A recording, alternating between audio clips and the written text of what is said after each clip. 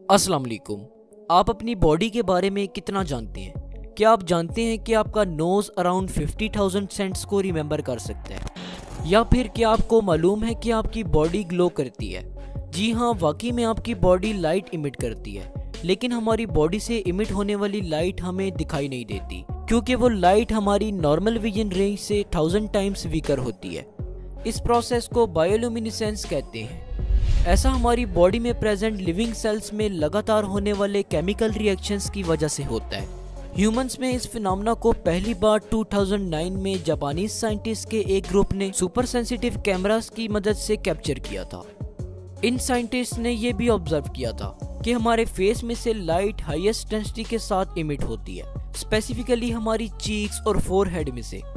हमारी बॉडी में और भी कई बहुत सी ऐसी चीजें होती हैं जिनका हमें इल्म नहीं होता। चलिए जान लेते हैं ह्यूमन बॉडी के बारे में कुछ इंटरेस्टिंग फैक्ट्स। आपने अमूमन नोटिस किया होगा कि जब हमें सर्दी लगती है तो हम कांपने लगते हैं। क्या आप जानते हैं कि ऐसा क्यों होता है?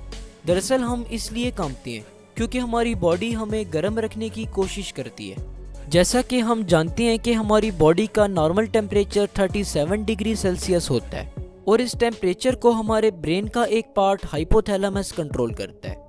आमतौर पर सर्दियों के मौसम में टेम्परेचर काफ़ी लो होता है, इसलिए अगर हमने गर्म कपड़े ना पहन के रखे हों तो हमें सर्दी लगने लगती है और हमारी बॉडी का टेम्परेचर भी डिक्रीज होने लगता है। टेम्परेचर में होने वाली इस कमी को हाइपोथैलेमस फौरन से डिटेक्ट कर लेता है और फिर हाइपोथैलेमस हमारे मसल्स को तेज़ी से कॉन्ट्रैक्ट और रिलैक्स करने के लिए सिग्नल भेजता है और इसी वजह से हम कांपते हैं।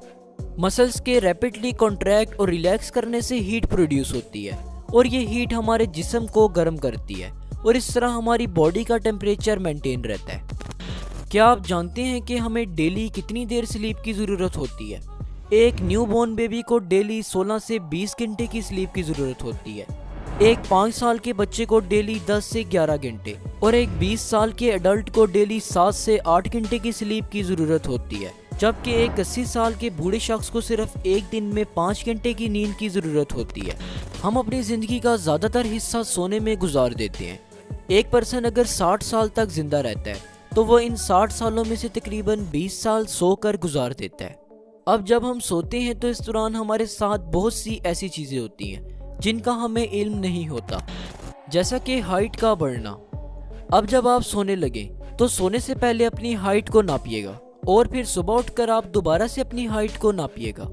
सुबह आप ये नोटिस करेंगे कि आपकी हाइट तकरीबन 1 इंच तक बढ़ चुकी है। चलिए ज़रा इसे समझ लेते हैं कि ऐसा क्यों होता है। दरअसल दिन के दौरान हमारी बॉडी में प्रेजेंट स्पाइनल कॉर्ड यानी रीढ़ की हड्डी आहिस्ता आहिस्ता कंप्रेस हो जाती है। ऐसा हमारी बॉडी पर ग्रेविटेशनल पुल की वजह से होता है। जब हम सोते हैं तब हम रेस्ट की पोजीशन में लेटे होते हैं और हमारी रीढ़ की हड्डी डीकम्प्रेस हो जाती है और ओरिजिनल फॉर्म में आ जाती है, और जब फिर हम दोबारा उठते हैं तो उठने के 5 से 6 घंटे बाद हमारी रीढ़ की हड्डी ग्रेविटेशनल पुल की वजह से दोबारा से कंप्रेस होने लगती है और ये प्रोसेस चलता रहता है। हमारी नींद के 2 अहम स्टेजेस होते हैं, रैपिड आई मूवमेंट स्लीप और non rapid eye movement sleep. REM stage में हमें ख्वाब भी आते हैं। आरईएम स्लीप के दौरान हमारी आईज काफ़ी अजीब तरीके से बिहेव करती हैं। दरअसल इस दौरान हमारी आईज हमारी क्लोज्ड आईलेट्स के पीछे रैपिडली मूव कर रही होती हैं। इस प्रोसेस को सकार्ड्स भी कहा जाता है और ये मूवमेंट हमारी बॉडी में होने वाली फास्टेस्ट मूवमेंट्स में से एक है। अब सवाल ये आता है कि आरईएम स्लीप के दौरान हमारी आईज क्यों मूव करती हैं? कुछ स्टडीज़ के मुताबिक ये बात सामने आई है कि हमारी आईज हमारे ड्रीम्स में इमेजेस को फॉलो कर रही होती हैं।